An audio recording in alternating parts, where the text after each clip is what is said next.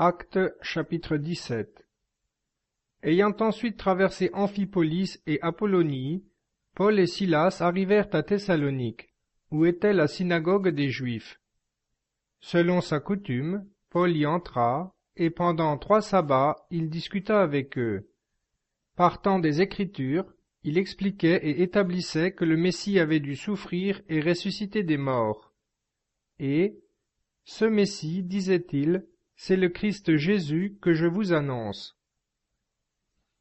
Quelques Juifs furent persuadés, et ils se joignirent à Paul et à Silas, ainsi qu'une grande multitude de gentils craignant Dieu, et un assez grand nombre de femmes du premier rang.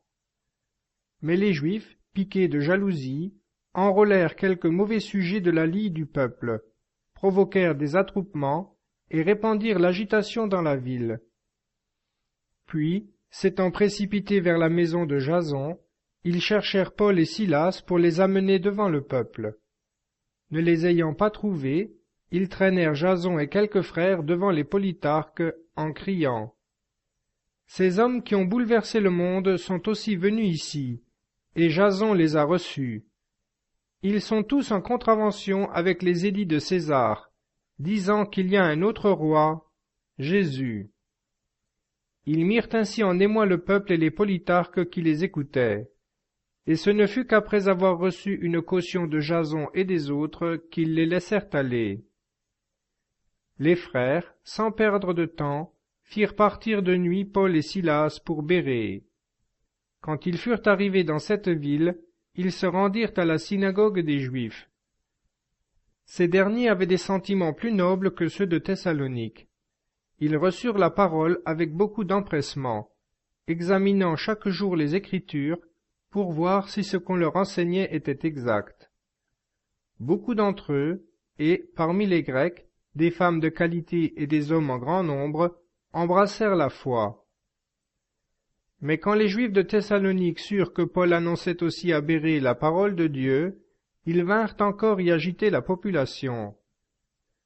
Alors les frères firent sur-le-champ partir Paul jusqu'à la mer, mais Silas et Timothée restèrent à Bérée. Ceux qui conduisaient Paul l'accompagnèrent jusqu'à Athènes. Puis, chargés de demander à Silas et à Timothée de venir le rejoindre au plus tôt, ils s'en retournèrent. Pendant que Paul les attendait à Athènes, il sentait en son âme une vive indignation au spectacle de cette ville pleine d'idoles. Il discutait donc dans la synagogue avec les Juifs et les hommes craignant Dieu, et tous les jours dans l'agora avec ceux qu'il rencontrait. Or, quelques philosophes épicuriens et stoïciens ayant conféré avec lui, les uns disaient « Que nous veut ce semeur de paroles ?» D'autres, l'entendant prêcher Jésus et la résurrection, disaient « Il paraît qu'il vient nous annoncer des divinités étrangères. » Et l'ayant pris avec eux, ils le menèrent sur l'aréopage, disant « Pourrions-nous savoir quelle est cette nouvelle doctrine que tu enseignes ?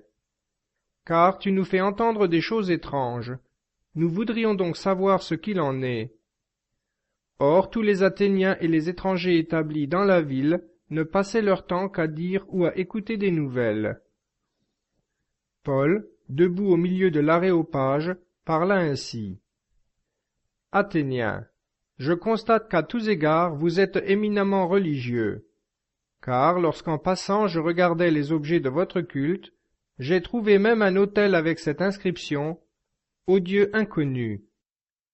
Celui que vous adorez sans le connaître, je viens vous l'annoncer. Le Dieu qui a fait le monde et tout ce qu'il renferme, étant le Seigneur du ciel et de la terre, n'habite point dans des temples faits de mains d'hommes.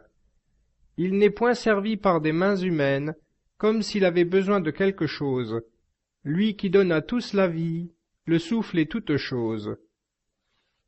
D'un seul homme, il a fait sortir tout le genre humain, pour peupler la surface de toute la terre, ayant déterminé pour chaque nation la durée de son existence et les bornes de son domaine, afin que les hommes le cherchent et le trouvent comme à tâtons, quoiqu'il ne soit pas loin de chacun de nous, car c'est en lui que nous avons la vie, le mouvement et l'être.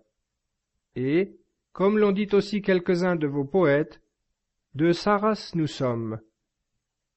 Étant donc de la race de Dieu, nous ne devons pas croire que la divinité soit semblable à de l'or, à de l'argent ou à de la pierre, sculptée par l'art et le génie de l'homme.